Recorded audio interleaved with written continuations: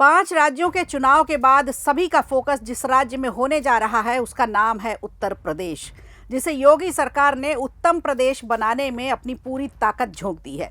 लेकिन report card जनता जनार्दन के हाथ ही है। आखिर योगी बाबा का नेतृत्व जनता को कितना पसंद आया? खैर, फिलहाल उत्तर प्रदेश में विधानसभा चुनाव में अभी 1 साल का वक्त है और भारतीय जनता पार्टी ने अभी से चुनावी तैयारियां शुरू कर दी हैं और इसके लिए सामाजिक समीकरण को हर एंगल से साधा जा रहा है। अगले महीने अप्रैल में उत्तर प्रदेश के लिए 2 बड़े फैसले होने जा रहे हैं और इसके जरिए वोट बैंक का खास ध्यान रखा जाएगा। पहला तो ये कि सीएम योगी आदित्यनाथ कैबिनेट का दूसरा विस्तार करने जा रहे हैं। उन्हीं चेहरों को तवज्जो दी जाएगी जिन्होंने सुपर परफॉर्मेंस दी है या फिर जातिगत समीकरण की लिस्ट में वो शामिल होते हैं। और दूसरा है सैकड़ों खाली पदों को भरा जाना, क्योंकि अलग अलग आयोग, अलग अलग बोर्ड और कई शहरों के निगमों में लंबे समय से पद खाली पड़े हैं।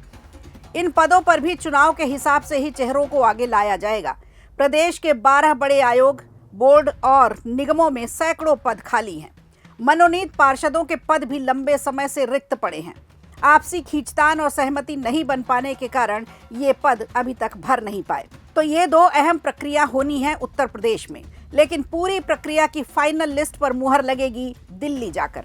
हाँ, इतना जरूर है कि योगी कैबिनेट का विस्तार बहुत ही संक्षिप्त में होगा, लेकिन टारगेटेड पीपुल्स के लिए होगा, चुनावी होगा। फिलहाल राज्य में योगी कैबिनेट के 6 मंत्री पद खाली पड़े हैं। इन्हें भरने के लिए कुछ वरिष्ठ मंत्रियों को संगठन में भेजा जाएगा तो कुछ नए चेहरों को मौका दिया जा सकता है। कुछ मंत्रियों के विभागों में भी फेरबदल हो सकता है। दिसंबर 2025 में देखिए, कुर्मी बिरादरी को साधने के लिए पंकज चौधरी को प्रदेश अध्यक्ष बनाया गया। बीजेपी ने ओबीसी समाज को मजबूत संदेश दे दिया है। अब इस हफ्ते अति पिछड़ा वर्ग की निषाद बिरादरी की साध्वी निरंजन ज्योति को राष्ट्रीय पिछड़ा वर्ग आयोग का अध्यक्ष बनाकर पार्टी ने अपनी रणनीति और भी स्पष्ट कर दी है। अब हो सकता है कैबिनेट विस्तार और खाली पड़े पदों को भरने के लिए अगड़ी जाति, गैर यादव, ओबीसी, अति पिछड़ा और गैर जाटव वोट बैंक को एक साथ साधने की कोशिश की जाएगी। ये वही वोट बैंक है जिसकी बदौलत बीजेपी पिछले 1 दशक से उत्तर प्रदेश में अजेय बनी हुई है।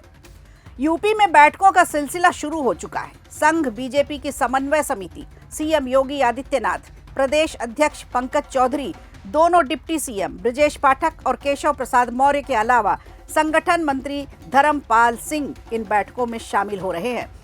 कुछ और बैठकें दिल्ली में बुलाई गई हैं। वक्त के बदलाव को देखते हुए और मजबूत वोट बैंक को फिर से साधने के लिए सामाजिक समीकरण बैठाया जा रहा है। तो अब देखना होगा कि अगले महीने अप्रैल तक दिल्ली से जारी होने वाली फाइनल लिस्ट में कितने नए चेहरों को मौका मिलता है और कितना सामाजिक संतुलन साधा जाता है। क्या सत्तारूढ़ बीजेपी एक बार फिर सरकार बनाने में कामयाब हो पाएगी? किस तरह की रणनीति होगी और क्या कैबिनेट विस्तार और आयोग निगमों में नियुक्तियां 2027 के इस लक्ष्य को पूरा कर पाएंगी? वीडियो अच्छा लगा हो तो लाइक कीजिए, शेयर कीजिए और कमेंट बॉक्स में हमें जरूर बताइए।